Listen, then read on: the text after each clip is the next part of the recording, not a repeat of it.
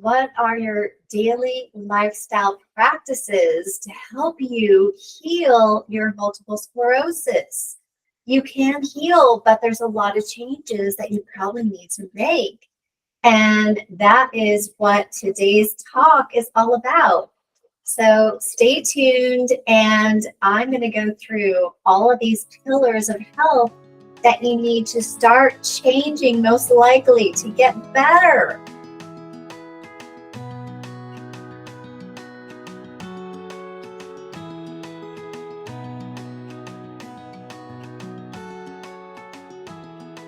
So what are some healthy practices you can start engaging in to heal your MS condition, your diagnosis? And you are not your diagnosis. This is what a doctor has told you. So if you have been diagnosed with MS, I don't want you to feel like you're attached to that diagnosis, because you're not. And we can heal naturally. This is what I'm all about. This is what I teach. And people come to me all the time, and I help them go through my 12-week program to help them heal. And I do separate coaching sessions too. Most people still don't believe that they can heal naturally or they can heal MS at all. But it's entirely true. I've done it. I've been symptom-free for over 10 years now. And I've helped lots of other people do this too. And everybody can do it. They just need to learn how to do it. So I'm going to be going over today a lot of things that you can start practicing and start introducing into your life if you have not already. So there's 4 pillars of health. But number 1 is diet. Number 2 is exercise. Number 3 is mental and emotional wellness. And number 4 is self-care. And so I'm going to be going over these one by one and explain a little bit more in depth what all these entail. So number 1 is diet. So when I was diagnosed with MS over 10 years ago, I had no idea that diet would help heal my MS. And diet is so critical. You know, doctors, our typical Western doctors, don't go to school and learn about diet and lifestyle. They learn about the body. They learn about different parts of the body. They learn about different diseases, but they don't learn about root causes. And they barely, if at all, get education on diet. Many times it's an elective course, and it's a tragedy, but it's going to change. Eventually, our medical system is making changes right now, but they're slow. So it's going to take a while before our broken medical system gets on board and helps people with health care, not sick care, because that's what our American medical system is doing right now. It's not about preventative. It's about treating illnesses with pills and injections. And it's sad because that's doing more harm than good to all people. Now, we need drugs. We need drugs for, when we break a bone, when we need surgeries for that kind of thing. That's when we need meds, but we don't need meds for diseases. We don't. We can heal them naturally with diet and lifestyle. All right, so I'm going to get into diet. And it's not entirely our fault. We've been fed a bunch of lies, including our government. So if you guys remember the food pyramid, when that came out, the last bottom part of the pyramid said that we needed 6 to 11 servings of grain every day. And that is a bunch of malarkey. We can lead healthy and robust lives without dairy or any kind of grain. What we need is our macronutrients. We need our protein. We need our carbs. And I don't mean bread, by the way, I mean vegetable carbs and fruit. And we need good fats. And that's another thing that we've been lied to over the years. Remember the low fat phase? This was kind of late 90s, early 2000s, when we thought, because this was marketing, that we thought we should stay away from fat. But we need good fats. This is coconut oil, this is olive oil, this is ghee, Ghee. This is clarified butter that's good for you. There's many good fats that you can add into your diet, and we need these fats because our body can't function without it. Our brains are mostly fat, and we need fat to feed ourselves. We've been getting the wrong information for so long. And then micronutrients are all about our vitamins and minerals that we need. And so many people are lacking so many vitamins and minerals, especially minerals like iodine and zinc and magnesium. These are typical ones that most people are low and deficient in. So you need to figure out what foods carry these vitamins. And a lot of these are in good proteins, like red meat. That was another lie. Don't eat red meat because that will cause, heart attacks and heart disease. No, it will not.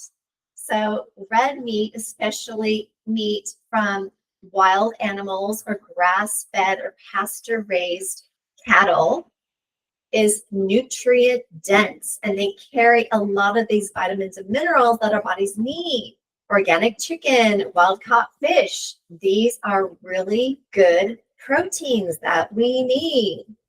So how do you heal? How do you figure out what to eat? Well, you need to start eating whole foods, and you need to start getting rid of your processed foods. The standard American diet is made up of spaghetti and burgers and pizza and French fries, all of these things that are inflammatory. So if you can get rid of gluten, dairy, and sugar, we are a nation of sugar as well.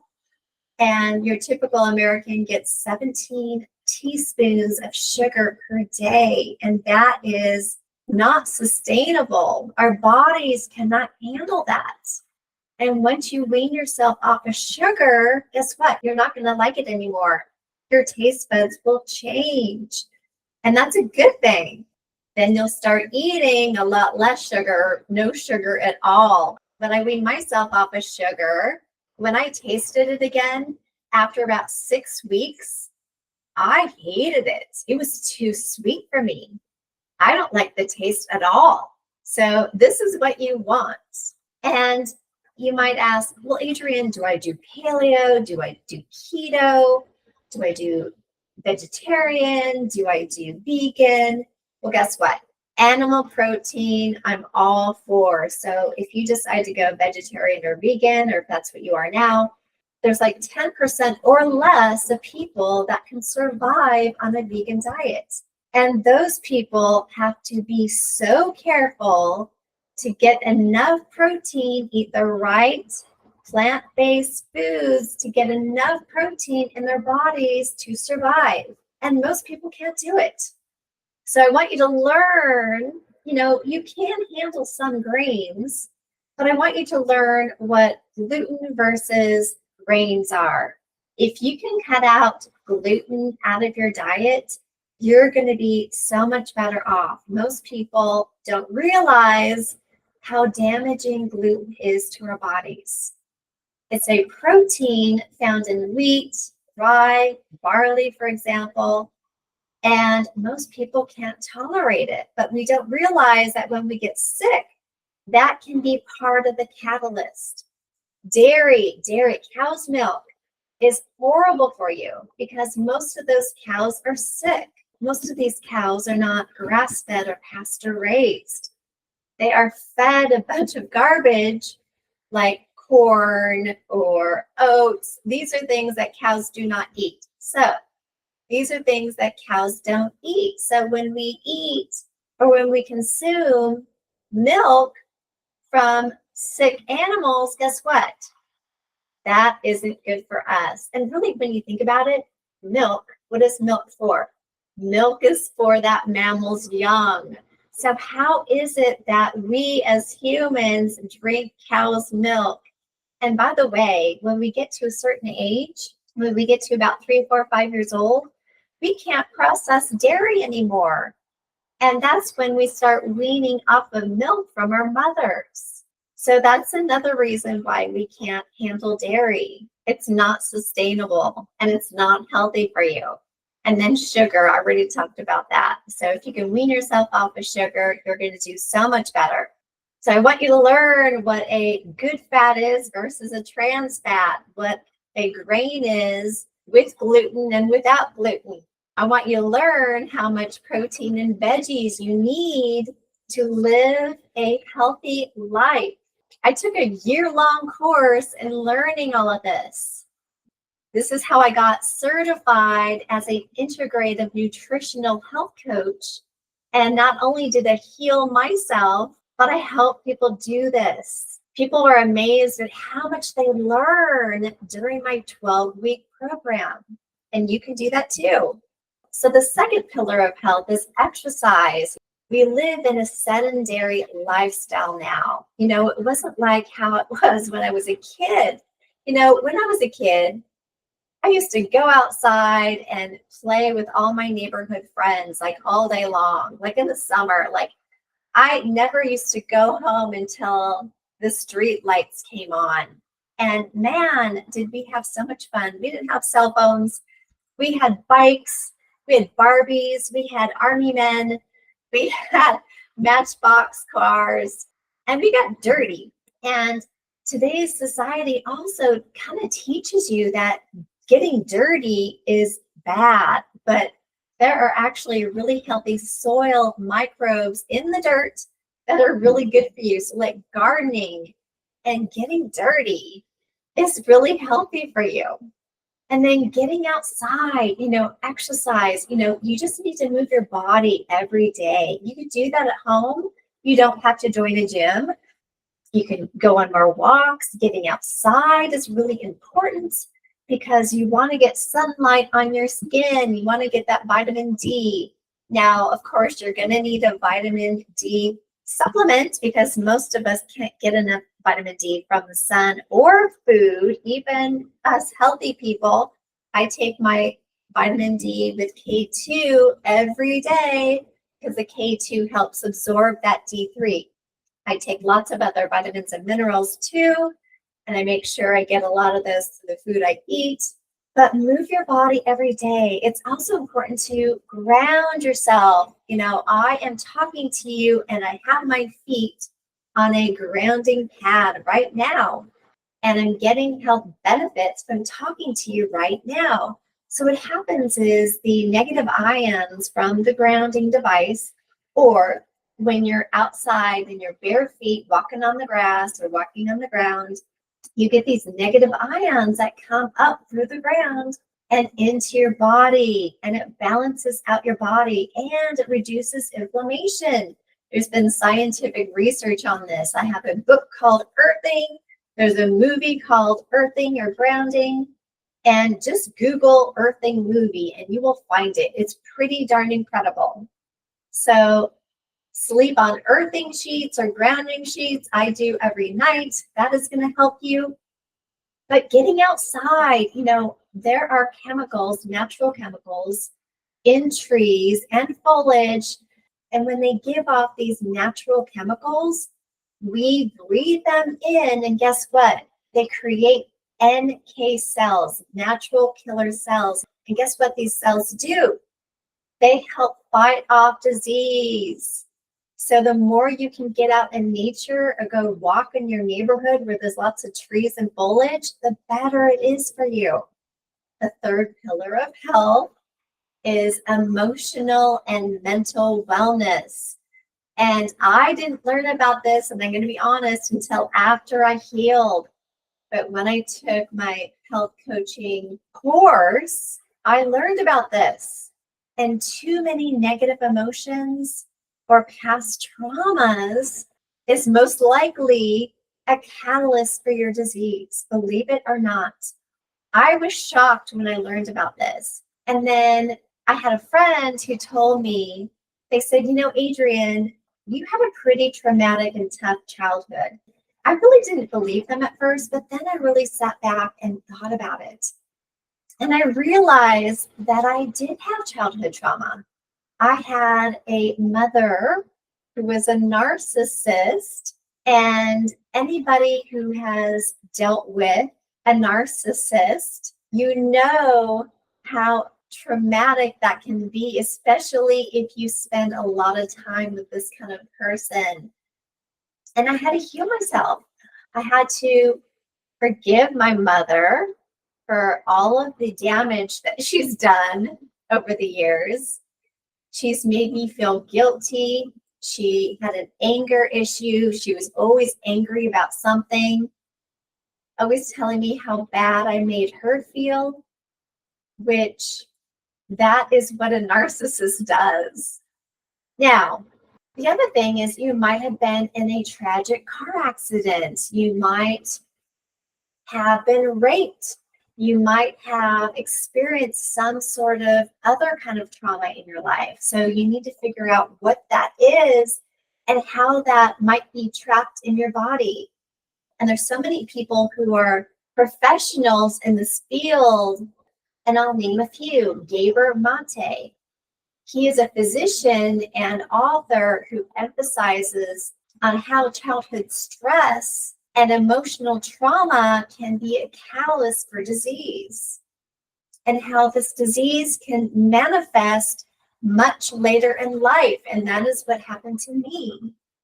Dr. Lisa Rankin, she has done some studies on how stress and trauma can be a catalyst for disease. And when you're in a sympathetic state, which is fight or flight mode, how that keeps you from healing.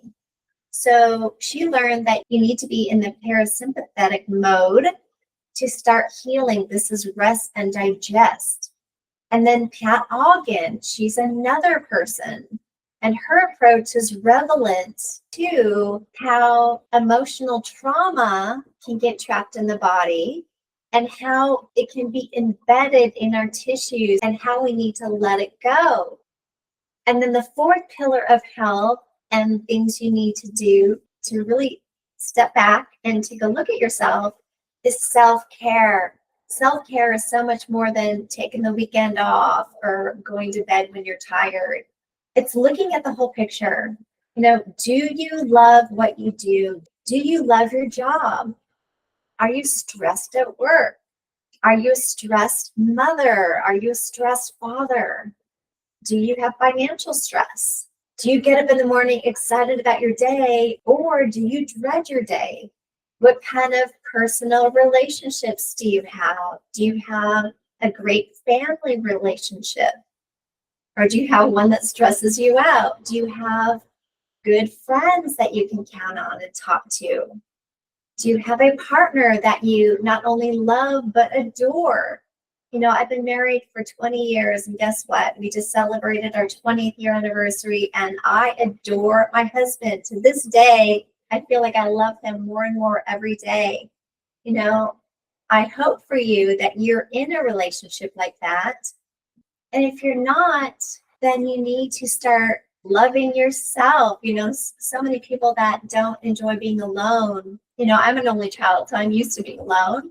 But if you are alone and you don't have that partner in your life yet, or maybe you don't want one, you need to learn how to love yourself. So many people do not know how to do this. And that is so important. And how happy are you truly with your life? What changes do you need to make? Healing MS is a journey, and it doesn't happen overnight. Healing is a slow process. It takes time. And even after 12 weeks, most people are not totally healed after 12 weeks. Now, I healed all my symptoms after 12 weeks, but it's a journey. And if it takes you longer than that, that's okay, but you just need to keep marching forward. And we can all heal naturally, and if you are on meds, and I've talked about this, the meds are not helping you. And your doctor has been trained to tell you that if you don't take your meds, your disease is going to get worse. But that's only if you don't change any of your daily habits. So I've weaned lots of people off of drugs. So if you've made some changes, to your diet, your exercise, your mental wellness, and your self-care, and you still have symptoms, gosh, reach out. I can help you figure out what you need to change. There's so much to it. And I can help you do this in the most effective and efficient way so that you can heal 100%. We all have this ability. Our bodies have this intelligence. It knows what to do if we just give it the right environment to thrive in and to heal in. So you can do it. If you have any questions, reach out to me, info@nourishyourway.com. I'd be happy to help you. And I want you to get excited about the journey. If you're excited about healing, it's only going to help you heal faster. So thanks so much. And you guys will hear from me in the near future.